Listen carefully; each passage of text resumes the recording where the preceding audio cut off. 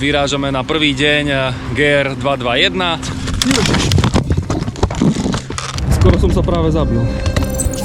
Naše dobrodružstvo odštartovalo v Port Antrač a Mallorca nám hneď od prvých kilometrov ukázala svoju divokejšiu tvár. Chodníky viedli po strmých útesoch s nádhernými výhľadmi na ostrov Dragonera, pri ktorých sa jednoducho nedalo nezastaviť. Nečakal som, že ma to takto osloví. A hoci sme v závere etapy na pár minút zablúdili a zišli z cesty, Takže až toto je reálne obytko. Trošku sme sa pomýlili. bolo nám jasné, že GR 221 bude presne tým dobrodružstvom, v aké sme dúfali. Příroda to je chrám. Dobré ránko, máme tu deň 2. Dnes nás čaká opäť cez 20 km a okolo 1000 výškových metrov. Ideme do mestečka Baňabufár. Baňalbufár. Mali sme tu fajné raňajky, veľmi dobrá káva, zatiaľ najlepšia, akú som na Mallorke mal, a dúfam, že budeme vládať. Vyzerá, že bude krásny slnečný deň.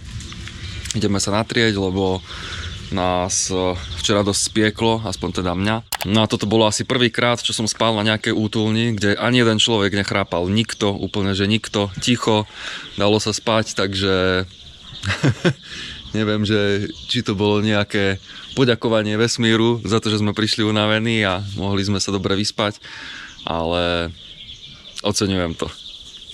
Tak vyrážame. Deň 2, ako sa cítiš? Vyspať to sa cítim, na jedenie a odhodlanie. Dobre, všetko, čo potrebujeme. Trošku ubolenie. Tak poďme na to. No a stretávame na ceste buď kozičky alebo somáriky.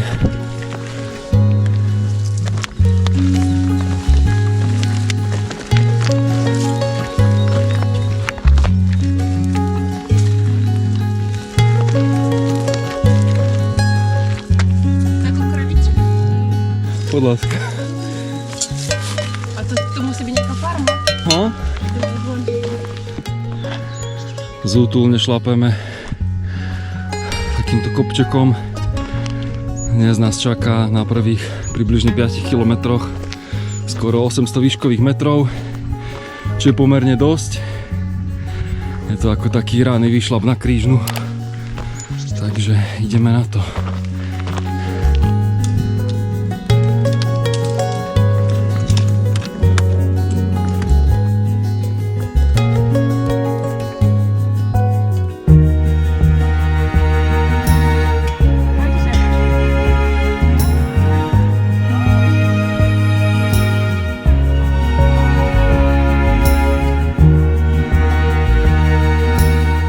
Tak vyšli sme prvým stúpaním, teraz ideme po takej plošine opäť, vychádza nám slniečko, takže sa budeme musieť čo chvíľa aj natrieť, ale vyzerá to opäť na pekný polooblačný slnečný deň, čo je na takúto ďalkovú turistiku priam ideálne.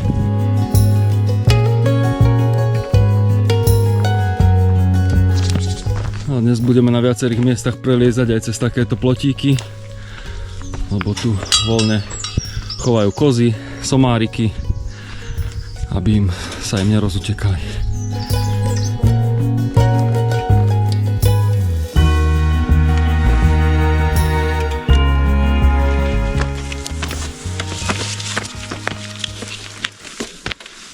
Kokos. Tu si daj pozor, aby si nevypichol oko, lebo... Hej, poďme opatrne.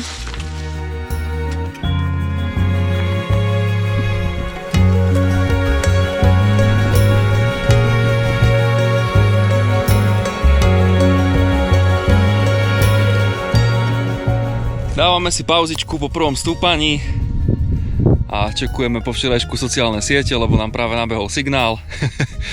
Skúšali sme robiť aj také dronové zábery.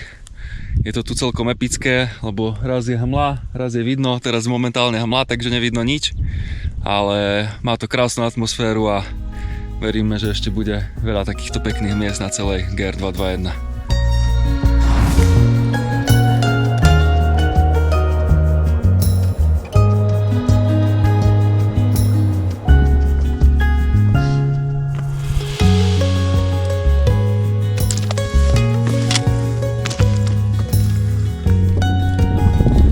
také cez oblaky.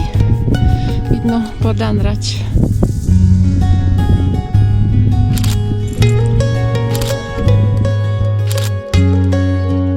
Opäť každých pár metrov nejaký bývak. Tento priamo pod skalami. Sme vo výške približne 850 metrov a ideme cez také horské pastviny. Vyzerá to tu, ako keby sa tu natáčal film o Vinetuovi. Krásne miesto.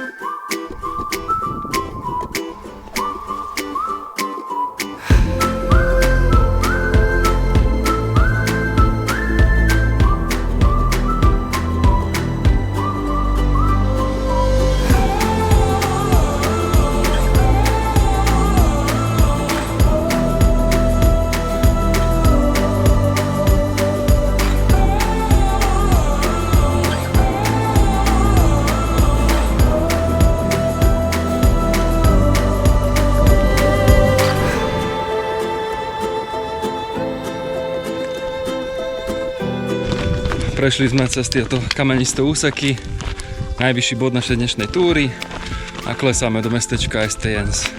Ako sa ti zatiaľ ide? Celkom fajn. Aj mne, rozchodili sme rannú únavu.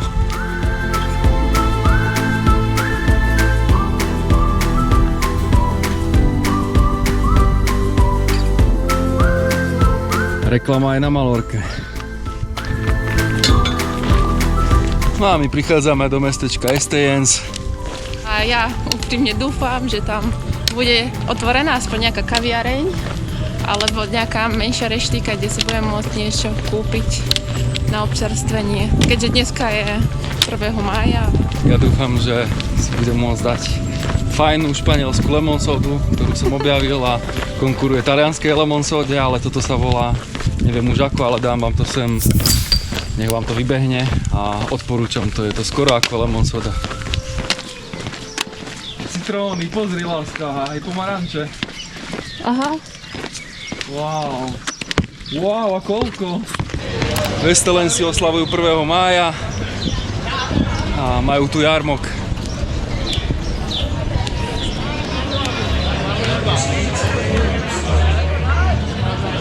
Ako vín špacírka. Obed, Vestelense. Lokálne. Trampo. Lokálne kampo. Fajn. Trampo. Trampo. Fajné.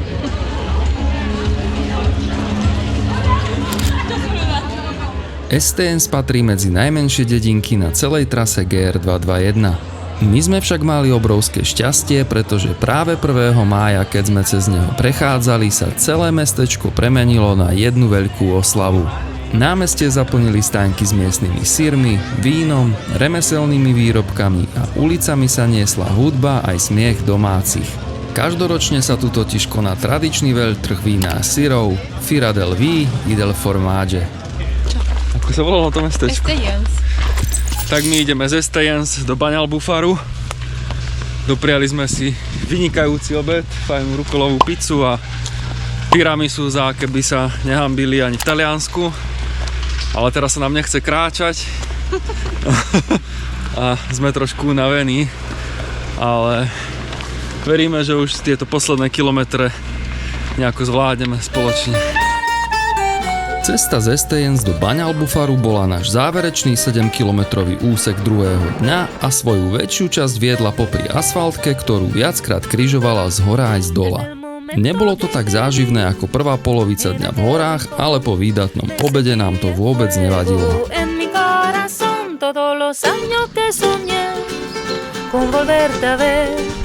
Oproti pred nami je taká krásna kvapľová jaskyňa, dám sem nejaké fotky z toho, neviem takto z GoPro, či to bude dobre vidno, ale priamo nad cestou a obrovské kvaple, vyzerá to nádherne. Sme už skoro pri Banyalbufare.